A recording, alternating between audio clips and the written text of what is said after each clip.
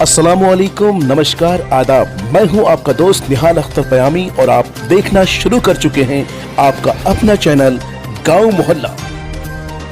दोस्तों, देश और दुनिया की तमाम तर खबरों के लिए हमारे साथ बने रहिए। बिहार के पूर्व मुख्यमंत्री जीतन राम मांझी को लेकर कहा जाता है कि वो एक ऐसी पहेली है जिसे कभी कोई बुझा नहीं सकता। वो कब किधर पलटी मार ले ये भी कहा नहीं जा सकता।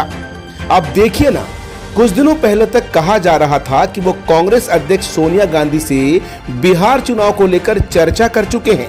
फिर खबर आई कि ओवैसी की पार्टी मजलिस-ए-इत्तेहादुल मुस्लिमीन के साथ गठबंधन की बात चल रही है। अब कहा जा रहा है कि मांझी जी आगामी 20 अगस्त को पार्टी की कोर ग्रुप की बैठक में अपने सियासी पत्ते खोलने की तैयारी कर रहे हैं।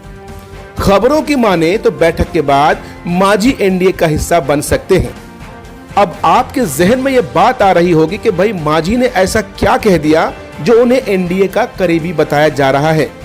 दरअसल हुआ यह है कि उन्होंने मुख्यमंत्री नीतीश कुमार की जमकर तारीफ कर दी है।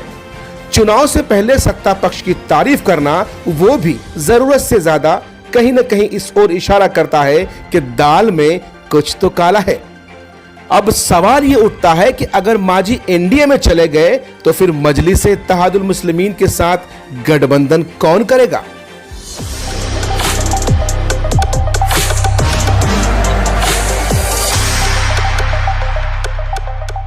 बिहार विधानसभा के पेश नजर जहां एक तरफ जेडीयू और एमआईएम सदस्यता अभियान कर लोगों को पार्टी में जोड़ने का काम कर रही है, वहीं दूसरी तरफ राजद है कि अपने विधायकों को ही बाहर का रास्ता दिखाने में लगी हुई है। अब आप सोच रहे होंगे कि भैया ऐसा क्यों हो रहा है, तो आइए बताते हैं।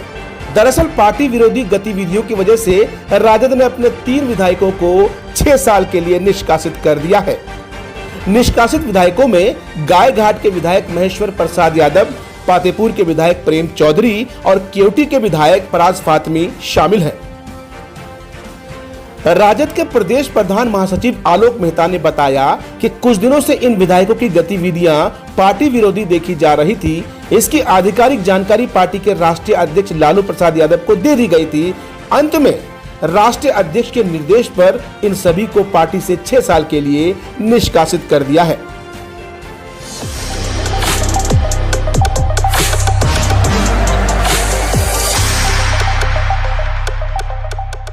बाढ़ के बिगड़ते हालात को देखते हुए राजद नेता तेजस्वी यादव ने मुख्यमंत्री नीतीश कुमार पर जमकर निशाना साधा है। दरअसल तेजस्वी यादव बाढ़ से बिगड़ते हालात का जायजा लेने छपरा जिला गए थे, जहां उन्होंने बाढ़ पीड़ितों से मुलाकात की और उनका दर्द साझा किया। वहीं तेजस्वी यादव ने बिना किसी का नाम लेते हुए ट्वीट कर लिखा, मुख्यमंत्री जी हां, ध्यान दीजिएगा, मुख्यमंत्री नहीं बल्कि मुख्यमंत्री जी, कोरोना और बाढ़ की सच्चाई हवाई और वर्चुअल में नहीं दिखाई दी। आम जनता में जबरदस्त आक्रोश है। ये निकम्मी भ्रष्टा सरकार बदलेगी तभी बिहार के भाग बदलेंगे, ऐसा तेजस्वी यादव ने लिखा है।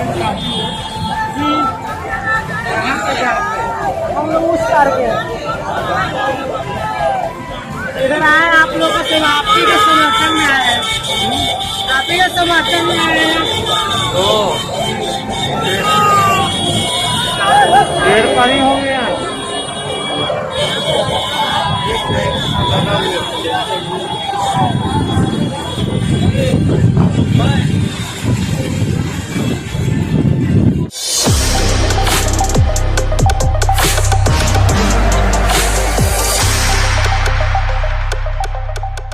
मजलिस-ए-इत्तेहादुल मुस्लिमीन की मकबूलियत दिन ब दिन बढ़ती जा रही है।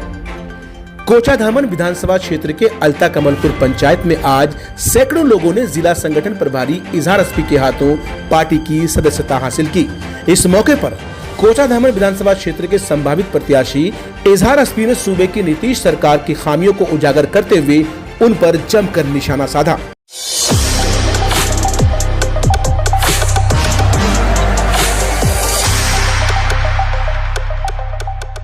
एनडीए के मजबूत सहयोगी लोजपा के वरिष्ठ नेता और केंद्रीय मंत्री रामविलास पासवान ने कोरोना काल में चुनाव को लेकर बड़ा बयान दिया है। उन्होंने कहा है कि बिहार में अभी विधानसभा चुनाव को टाल देना चाहिए। एक न्यूज चैनल से खास बातचीत में उन्होंने कहा कि बिहार में अभी कोरोना कितना बढ़ेगा और कितना दूर तक जाएगा कोई नहीं जानता। ऐसे में जहां लाखों शिक्षक पोलिंग अफसर होंगे, लाखों की संख्या में सुरक्षा बलों की तैनाती होगी, इसलिए लोजपा की राय है कि अभी चुनाव टाल देनी चाहिए। उन्होंने कहा कि इसके लिए राष्ट्रपति शासन लागू करना पड़े या कुछ और कदम उठाए जाए, ये हम नहीं जानते, लेकिन गरीबों की जान जोखिम में डालना उचित नहीं होगा। पासवान ने कहा कि चुनाव हो तो सभी मतदाताओं को उनके वोट डालने का अधिकार मिलना चाहिए। जदयू चुनाव चाहता है। इस सवाल पर पासवान ने कहा कि जदयू ने कोई सर्वे कराया होगा, हम इस पर कोई टिप्पणी नहीं करना चाहते, लेकिन हम ये जरूर कहेंगे कि कोरोना को लेकर बिहार में अब भी इलाज का अभाव है। केंद्र सरकार को दिल्ली के तर्ज पर बिहार पर भी ध्यान देना चाहिए।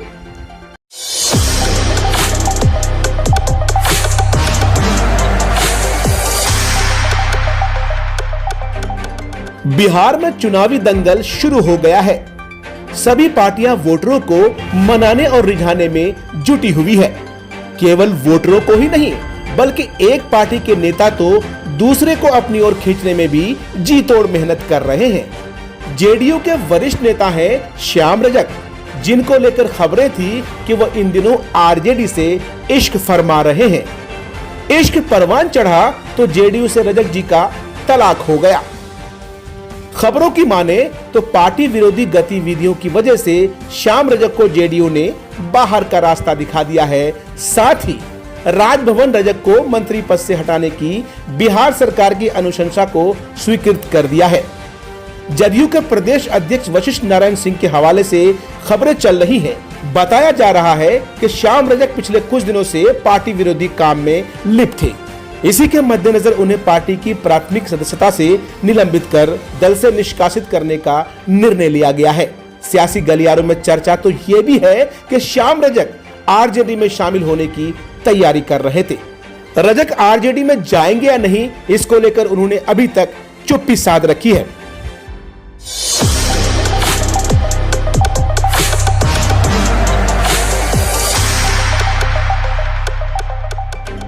फेसबुक हेट स्पीच के मुद्दे पर कांग्रेस लगातार केंद्र की मोदी सरकार पर हमलावर है। राहुल गांधी के बाद अब कांग्रेस महासचिव प्रियंका गांधी ने बीजेपी पर निशाना साधा है। प्रियंका गांधी ने रविवार को एक फेसबुक पोस्ट में लिखा, बीजेपी के नेता गलत जानकारी और नफरत फैलाने के लिए फेसबुक का इस्तेमाल कर रहे हैं। कांग्रेस नेता ने आरोप लगाया कि बीजेपी ने फेसबुक के अधिकारियों से सांठगांठ कर रखी है ताकि सोशल मीडिया पर नियंत्रण बनाए रखा जाए।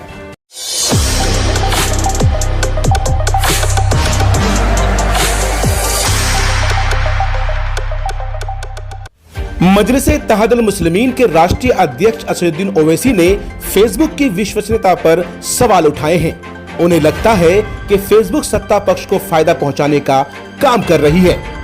ओवैसी ने अपने ट्वीट में लिखा है कि अलग अलग लोकतंत्रों में फेसबुक के अलग अलग मानक क्यों हैं? ये किस तरह का निष्पक्ष मंच है? ये रिपोर्ट बीजेपी के लिए नुकसानदेह है।